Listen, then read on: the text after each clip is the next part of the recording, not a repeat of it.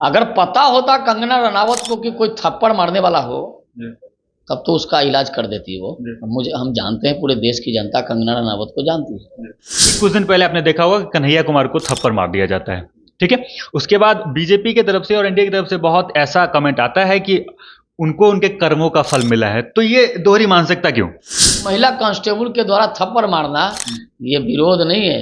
ये जो देश को टुकड़े टुकड़े में बांटने वाले लोग हैं, उसने लोगों के मन में जहर बोने का काम कर रहा है। अगर कंगना रनावत को अगर पता होता कि कोई महिला कांस्टेबल थप्पड़ चलाने वाली है तो उसका इलाज पहले कर दिया गया होता। नमस्कार, आप सच टॉक देख रहे हैं और मैं आपके साथ सुधांशु शेखर। कल एक मुद्दा जो सामने आता है कंगना रनावत को थप्पड़ मारने का, उसके बाद वो माहौल गर्म हो जाता है। आपको बता दें कि कंगना रनावत को चंडीगढ़ के एयरपोर्ट पे एक सीआईएसएफ की महिला कर्मी थप्पड़ मार देती है। उसके बाद ये चर्चा का विषय बन जाता है। सोशल मीडिया पे हर तरफ यही चर्चाएं हो रही होती है। तो हमारे साथ बीजेपी के प्रवक्ता राकेश जी, हम इनसे बात करेंगे। बताइए, कंगना रनावत जो बीजेपी की सांसद हैं, उनको थप्पड़ मार दिया जाता है। कंगना रनावत से बहुत लोग को गुस्सा है।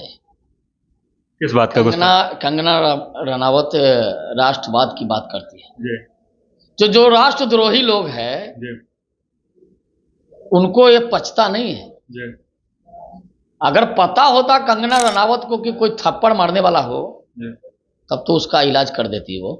हम जानते हैं, पूरे देश की जनता कंगना रनावत को जानती है, किस चीज के लिए वो जानी जाती है। लेकिन जिस विचारधारा ने थप्पड़ मारा है उसको देश की जनता ने उस विचारधारा को थप्पड़ मारा है। किस विचारधारा की बात कर रहे हैं आप? ये सब जो देश को टुकड़े टुकड़े करने वाले गैंग के लोग हैं, जो कभी किसान के नाम पर, कभी धर्म संप्रदाय के नाम पर देश को टुकड़ों में बांटने का प्रयास करते हैं, उसको अगर किसी ने थप्पड़ मारने का प्रयास किया है तो उसकी मंशा कभी सफल नहीं होने वाली। देश में फिर से नरेंद्र मोदी की सरकार बनने जा रही है। अगर कोई ये सोचता है कि उस विचारधारा को हम दबा देंगे, उसको थप्पड़ मारेंगे, उसकी चलने वाली नहीं है इस देश में। कई लोगों का कहना है कि सांसद बनी है तो उनको बधाई दिया गया है एयरपोर्ट पे। देखिए, ये तो बड़ा विचित्र बात है। किसी सांसद को, किसी मुख्यमंत्री को, वो पक्ष के हो या विपक्ष के हो, अगर उन पर कोई ईटा पत्थर ढेले स्याही थप्पड़ अगर चलाता है तो ये लोकतंत्र में उचित नहीं है। सबसे बड़ा ये सवाल है कि एक सांसद अगर सेफ नहीं है तो आम आदमी कहां सेफ रहेगा? देखिए, एक सांसद सेफ है, लेकिन जिसको सेफ की जिम्मेवारी मिली है वो सीआईएसएफ की महिला कांस्टेबल है। अगर उसने गलती किया तो उस पर क्या कहेंगे? तो चूंकि क्या है कि जो राष्ट्रद्रोही लोग हैं वो लोग इस देश में हर एक जगह पर अपनी विचारधारा को पहुंचाने का काम कर रहा है। आपके कहने का मतलब महिला ने किया, जो महिला कांस्टेबल वो राष्ट्र सेवा में लगी हुई है और महिला कांस्टेबल एक महिला सांसद पर थप्पड़ चला रही है तो अपने ताकत का एहसास नहीं करा रही है, वो अपने कमजोरी का एहसास कर रही है।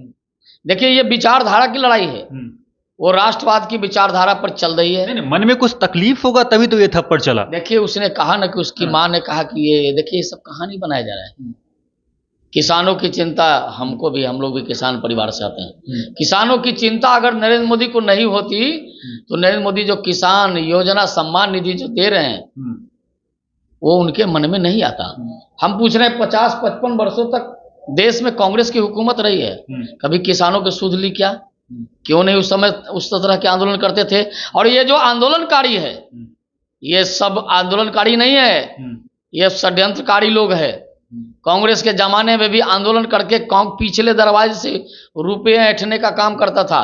ये राष्ट्र के भला और किसान की भलाई की बात नहीं करने वाले लोग हैं। मैं इनको बड़ी दिन से देखता हूं, बड़ी दिन से जानता हूं। इसलिए वो जो किसानों की बात कर रही है, मैं किसान के घर का हूं, कोई किसान का बेटा। ठीक है, एक सवाल मैं पूछता हूं। अभी कुछ दिन पहले आपने देखा होगा कि कन्हैया कुमार को थप्पड़ मार दिया जाता है, ठीक है। उसके बाद बीजेपी की तरफ से और एनडीए की तरफ से बहुत ऐसा कमेंट आता है कि उनको उनके कर्मों का फल मिला है। तो ये दोहरी मानसिकता क्यों? देखिए, हम बता दिए, हमने कहा जो इस प्रकार की घटना को अंजाम देता है वो विकृत मानसिकता के लोग होता है या किसी के बहकावे में आता है। हम कह रहे हैं कि कंगना रनावत आ रही थी, हवाई अड्डे पर थी, जा रही थी दिल्ली, एक महिला कांस्टेबल के द्वारा, वो आंदोलनकारी होता तो समझ में आता, एक महिला कांस्टेबल के द्वारा थप्पड़ मारना ये विरोध नहीं है। ये जो देश को टुकड़े टुकड़े में बांटने वाले लोग हैं, उसने लोगों के मन में जहर बोलने का काम कर रहा है। उस जहर बोलने की, जहर की जो खेती करता है, उस जहर की खेती करने वालों पर सख्त उस पर कार्रवाई होगी। एक आखिरी सवाल कि क्या आपको लग रहा है कि ये महिला ने किया नहीं, उनसे करवाया गया, ये साजिश है? बिल्कुल बिल्कुल है, साजिश है। हम पूछ रहे हैं कि जो सदन में जो लड़के कूदे थे, क्या उसने प्लानिंग बनाया था या उसके षड्यंत्रकारी तो कोई थे? क्यों सदन में कूदेगा भाई?